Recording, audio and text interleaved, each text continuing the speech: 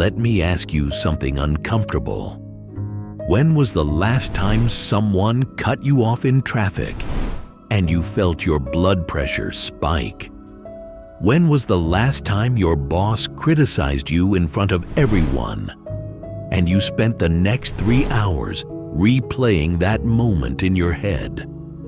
When was the last time life didn't go your way and you spiraled?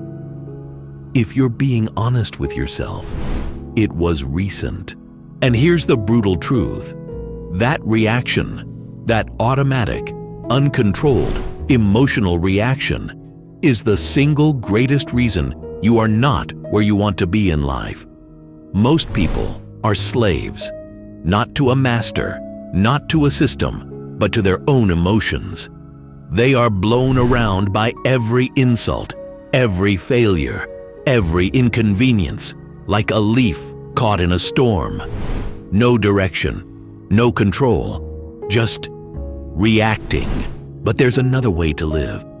There are people, rare people, who move through chaos like a mountain stands through weather, unbothered, unshaken, rooted.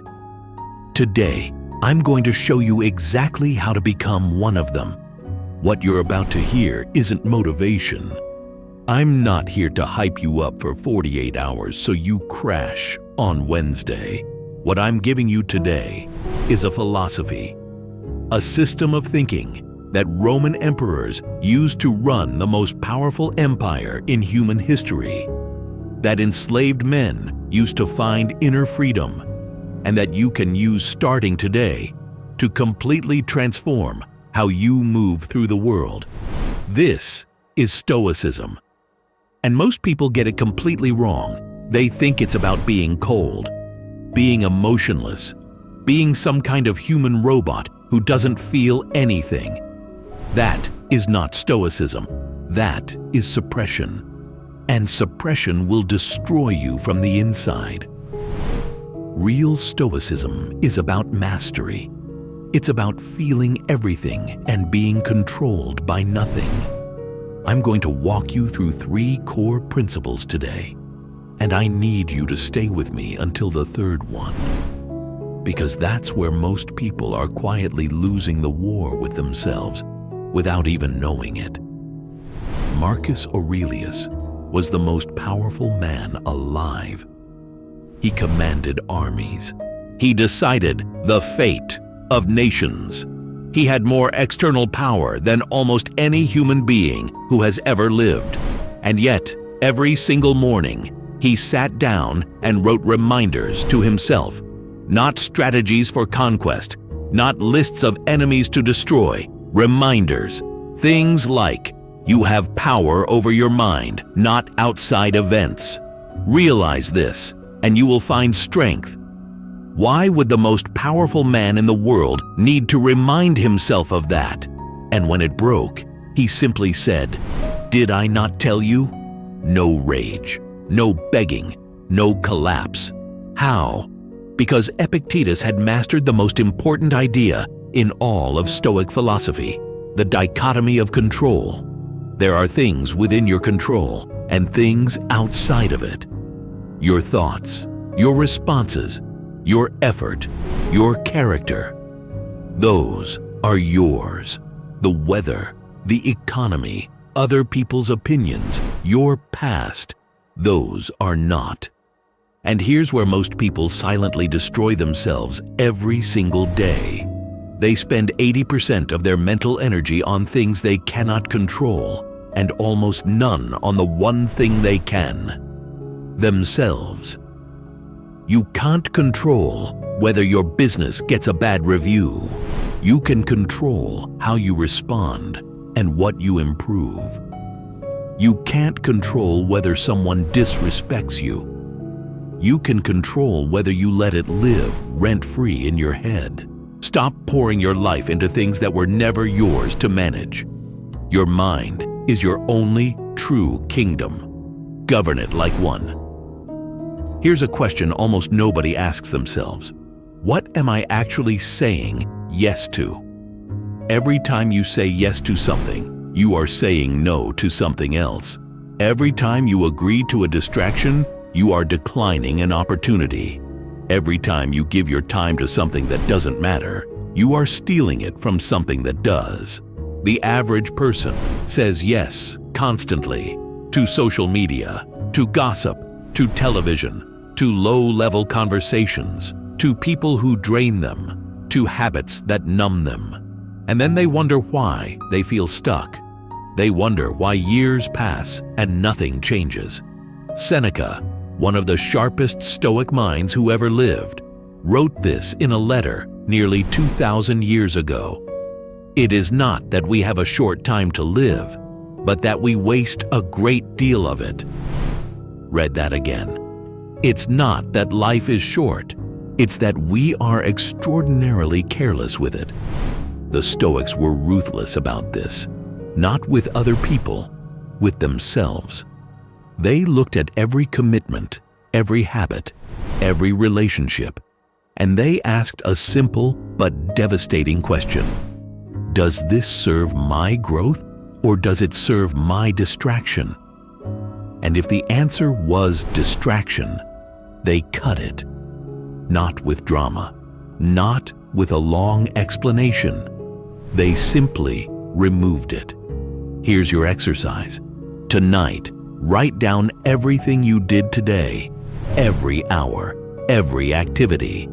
Then next to each one, write either builds me or drains me. I promise you, most people who do this exercise are shocked. Not because they're lazy, but because they never realized how much of their life was being quietly consumed by things that give nothing back. The Stoic path is not about doing more.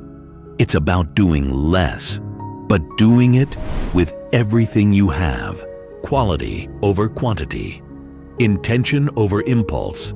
Purpose over convenience. Start saying no. Your future self is depending on it. Now here is the principle that most people miss entirely, and it's the one that will separate you the fastest. We live in a world that rewards noise. Post everything. Announce everything. Defend yourself against everything. Prove yourself to everyone who doubts you.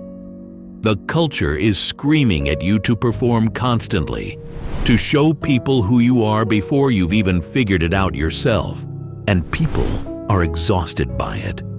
Marcus Aurelius kept journals, personal, private, deeply honest journals, where he argued with himself, critiqued himself, and worked through his fears alone. Those journals were never meant to be published. They were a tool, an internal laboratory where he refined himself in private.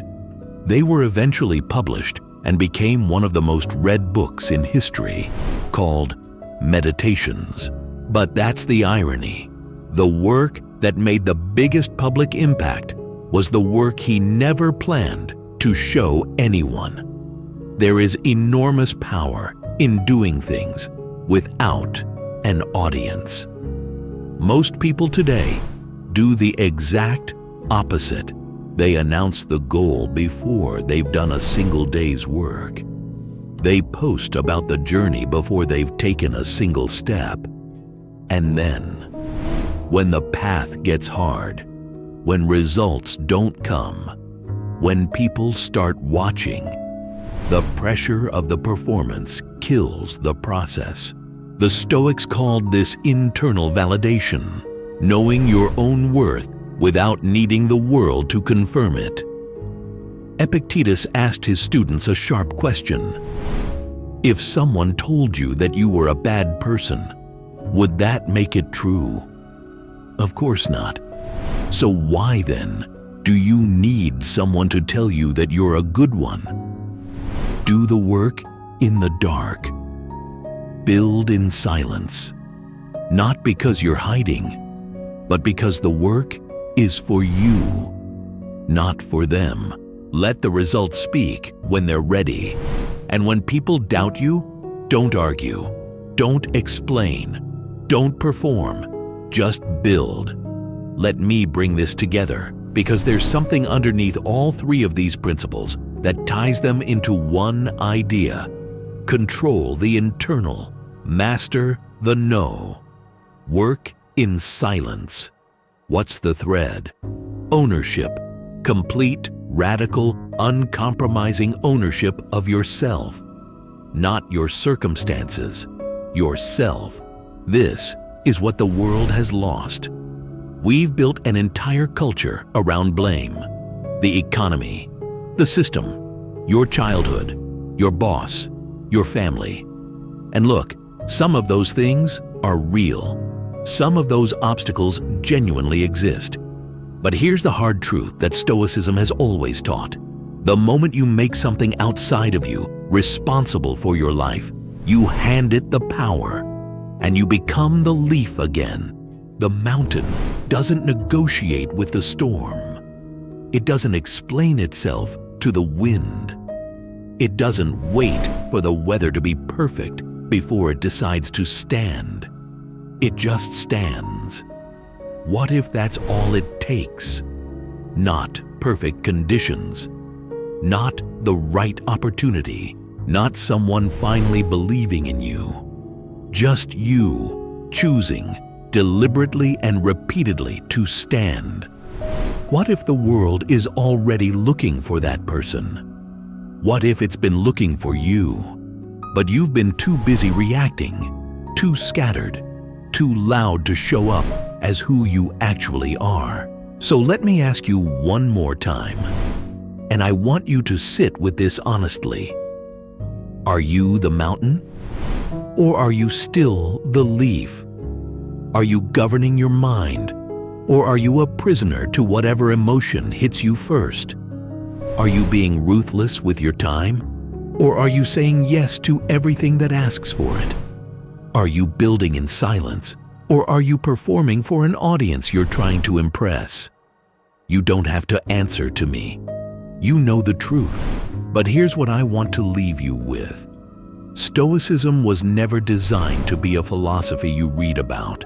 It was designed to be lived daily, deliberately, and honestly. Marcus Aurelius didn't just read these ideas.